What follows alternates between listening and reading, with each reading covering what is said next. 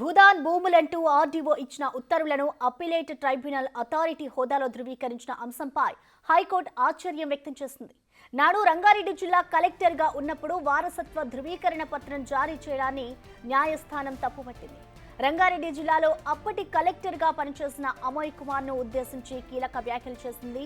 ఇప్పటికే ఆయన పలు కేసులు ఎదుర్కొంటున్నట్లు పత్రికల్లో కథనాలు చూశామని, నిజాం కూడా భూములను అలా కట్టబెట్టలేదని హైకోర్టు వ్యాఖ్యానించింది. ఆనాడు భూములను దివానీ, సర్ఫికాజ్ పట్టాలు అనే 3 రకాలుగా గుర్తించిన నిజాంను అభినందించాలని పేర్కొంది. అధికారులపై ఆరోపణలు ఉన్నప్పుడు వారు కోర్టుకు సమాధానం చెప్పాల్సిందేనంటూ సుప్రీంకోర్టు రాజ్యాంగ ధర్మాసనం సయ్యద్ యాకూబ్ కేసులో స్పష్టం చేస్తుందని హైకోర్టు తెలిపింది.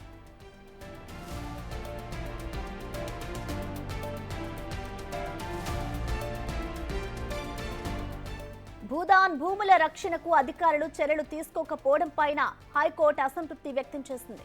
పేదల కోసం రామచంద్రారెడ్డి 300 ఎకరాలను ఇవ్వగా గతంలో ఉన్న భూదాన్ బోర్డుతో సహా అధికారులు అమ్ముకొని తినేశారని వ్యాఖ్యానించింది. తెలంగాణలో పేదలకు భూములను ఇచ్చిన ఎందరో గొప్ప వాళ్ళు ఉన్నారని, మాజీ ప్రధాని పివి నరసింహారావు అగ్రికల్చరల్ సీలింగ్ చట్టం అమల్లోకి వచ్చినప్పుడు 500 ఎకరాలు ఇచ్చేశారని గుర్తు చేసింది. భూదాన్ భూముల రక్షణలో గత బోర్డుతో సహా అధికారులు విఫలమయ్యారని న్యాయస్థానం వ్యాఖ్యానించింది.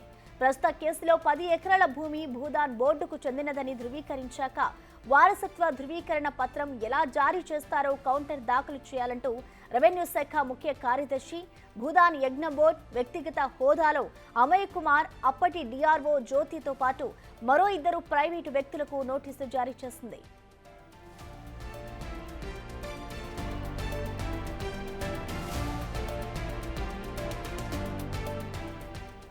రంగారెడ్డి జిల్లా మహేశ్వరం మండలం నాగారం గ్రామం సర్వే నెంబర్ 182లో 10.29 ఎకరాలకు సంబంధించి ఖాదర్ ఉన్నీసా బేగంకు వారసత్వ ధృవీకరణ పత్రం జారీ చేయడాన్ని సవాల్ చేస్తూ నవాబ్ ఫరూక్ అలీ ఖాన్ హైకోర్టులో పిటిషన్ దాఖలు చేశారు.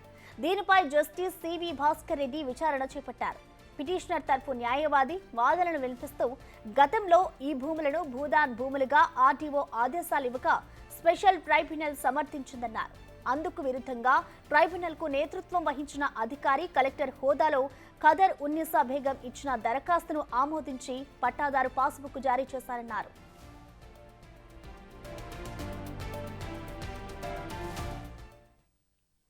దీనికి సంబంధించిన కంప్లీట్ డీటెయిల్స్ ని మా ప్రతినిధి సురేష్ అందిస్తారు. సురేష్, చెప్పండి, అసలు ఇటు భూదాన్ భూములకి సంబంధించి అసలు హైకోర్టు ఏం చెప్పింది? డీటెయిల్స్ ఏంటి సురేష్? ఐఏఎస్ అమోయ్ కుమార్కి సంబంధించి ఆగ్రహం వ్యక్తం చేసింది హైకోర్టు. నిజాం కాలంలో నిజాం భూములు కాపాడుకాని అంతకంటే ఎక్కువగా అమోయ్ కుమార్ భూములు కట్టబెట్టాడని చెప్పేసి కూడా వ్యాఖ్యానించింది. తీవ్రంగా ఆగ్రహం కూడా వ్యక్తం చేయడం జరిగింది. ఈ ప్రభుత్వ భూములు ఏవైతే ప్రభుత్వ భూములతో పాటు భూదాన్ భూములను కాపాడాల్సిన అధికారులు సరైన జాగ్రత్త చర్యలు తీసుకోకపోవడం పట్ల కూడా ఆశ్చర్యం వ్యక్తం చేయడం జరిగింది. హైకోర్టులో పెండింగ్ ఉన్న భూమి వివాదానికి సంబంధించి పట్టించుకోకుండా వారసత్వ సర్టిఫికేట్ జారీ చేసి ఆ తర్వాత పాస్బుక్లు కూడా ఇష్యూ చేయడం జరిగిందని చెప్పేసి కూడా కోర్టు దృష్టికి తీసుకురావడం జరిగింది.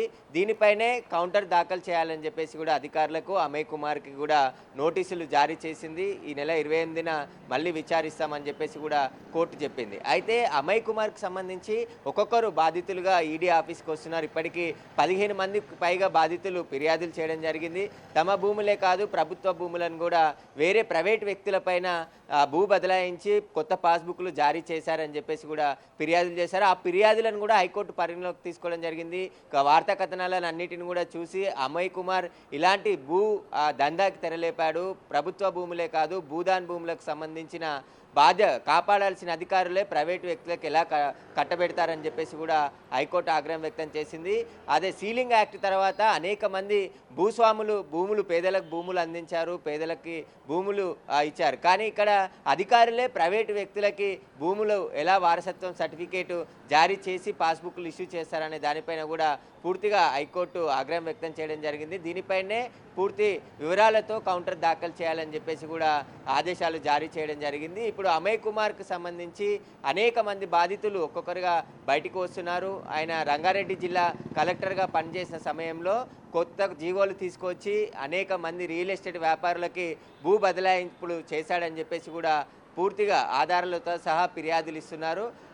ఎక్కువగా రంగారెడ్డి శివారు ప్రాంతమైనటువంటి శేర్లింగంపల్లి, ఆదిబట్ల ఇలాంటి భూకి మా భూమి ఉన్న చోటల్లా కూడా ప్రభుత్వ భూముల రికార్డ్స్ మార్చేసి ధరణి ఎప్పుడైతే వచ్చిందో పాత రికార్డ్స్ అన్నిటిని కూడా చెడిపేసి కొత్త రికార్డులో కొత్త వాళ్ళకి కావాల్సిన పేర్లన్నిటిని కూడా నమోదు చేసి పాస్బుక్లు ఇష్యూ చేశారని చెప్పేసి కూడా తీవ్రమైన ఆరోపణలు అమయ్ కుమార్ పై ఉన్నాయి. వీటికి సంబంధించి ఇటు కోట్ల విలువైన భూములు, ఎందుకంటే శేర్లింగం పరిధిలో ఎకరం 50 కోట్ల నుంచి 100 కోట్ల విలువైన ప్రభుత్వ భూములను కూడా అప్పనంగా ప్రైవేటు వ్యక్తులకు జీవోల ముసుగులో దారదత్తం చేశాడని చెప్పేసి కూడా ఆరోపణలు ఉన్నాయి.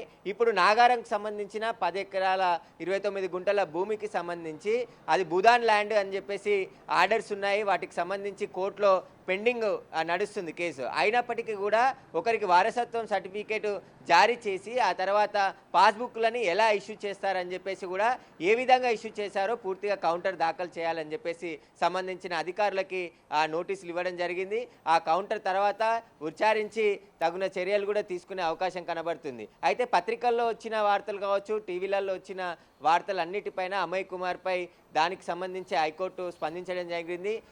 ఇంతలా భూములను, ఎందుకంటే ఒక్క చోట కాదు 2 చోట కాదు, రంగారెడ్డి శివారు ప్రాంతంలో ఉన్న ప్రభుత్వ భూములన్నిటిని కూడా కొల్లగొట్టే ప్రయత్నం చేశారు. ఇటు భూదాన్ భూములను కూడా గతంలో అధికారులు అమ్ముకున్నారని చెప్పేసి కూడా హైకోర్టు వ్యాఖ్యానించడం జరిగింది. దీనిపైనే ఇప్పుడు అమయ్ కుమార్ బాధితులు ఒక్కొక్కరుగా ఇటు ఈడీ ఆఫీస్కి అదేవిధంగా ప్రభుత్వ అధికారులకి ఫిర్యాదులు చేస్తున్నారు. శేర్లింగంపల్లికి సంబంధించిన తహసీల్దార్ శ్రీనివాస్, అమయ్ కుమార్ ఇద్దరు కలిసి కోట్ల విలువైన భూములను వేరే వారికి ప్రైవేట్ వ్యక్తులకి రిజిస్ట్రేషన్ చేశారని చెప్పేసి 3 రోజుల క్రితం ఈడీ అధికారులకు బాధితులు ఫిర్యాదు చేయడం జరిగింది. ప్రభుత్వం పేదలకు కేటాయించిన భూములను తమ పూర్వీకులతో ఉన్నప్పటి నుంచి తాము సాగు చేసుకుంటూ వస్తున్న భూముల ధరలకి రెక్కలు రావడంతోనే ఒక్కసారిగా రికార్డ్స్ అన్నీ తారుమారు చేసి వారికి కావాల్సిన వారికి రిజిస్ట్రేషన్లు చేయడం అక్రమంగా. ఎందుకంటే ధరణి అయితే ఎప్పుడైతే తీసుకొచ్చారో ఆ ధరణితో పేరుతోని పాత రికార్డ్స్ పహానీలల్లో రికార్డ్స్లలో వాళ్ళ పేర్లు ఉన్నప్పటికీ కూడా ధరణిలో వారికి కావాల్సిన పేర్లను ఎక్కించేసి పాస్బుక్లు ఇష్యూ చేశారు. అక్కడ అనుమతులు ఇచ్చారు. ప్రభుత్వం భూములో కూడా అనుమతులు ఇచ్చేసి బిల్డింగ్లు నిర్మిస్తున్నారని చెప్పేసి కూడా బాధితులు ఫిర్యాదు చేస్తున్నారు. వీటన్నిటికీ సంబంధించి ఒకవైపు ఈడీ విచారిస్తుంది, మరోవైపు తెలంగాణ పోలీసులు కూడా ఏదైతే నాగారం కేసులో మళ్ళీ రీఓపెన్ చేసి దర్యాప్తు చేయాలని చెప్పేసి ఈడీ కోరడంతోనే ఇప్పుడు ఆ కేసును కూడా రీఓపెన్ చేసి దర్యాప్తు చేసే అవకాశం కనబడుతుంది. అప్పుడు పనిచేసిన తహసీల్దార్ జ్యోతి, అదేవిధంగా అమయ్ కుమార్, కలెక్టర్ అమయ్ కుమార్ నిబంధనలకు విరుద్ధంగా కోర్టులో పెండింగ్ ఉన్న కేసులో ఎలా పాస్బుక్లు ఇష్యూ చేస్తారు, వారసత్వ సర్టిఫికేట్కి సంబంధించి జారీ చేయడం పైన కూడా పూర్తి వివరాలతో కౌంటర్ దాఖలు చేయమన్నారు. కాబట్టి అధికారులు ఇప్పుడు అమయ్ కుమార్కి కూడా వ్యక్తిగతంగా ఆయనకి నోటీసులు ఇవ్వడం జరిగింది. పూర్తి వివరాలతో కౌంటర్ దాఖలు చేయాలని చెప్పేసి ఖచ్చితంగా వీళ్ళు వేసే కౌంటర్తోని హైకోర్టు ధర్మాసనం విచారణ జరిపిన తర్వాత ఎలాంటి తీర్పు వస్తుంది అనేది కూడా ఉత్కంఠగా మారింది. Right, thank you Suresh.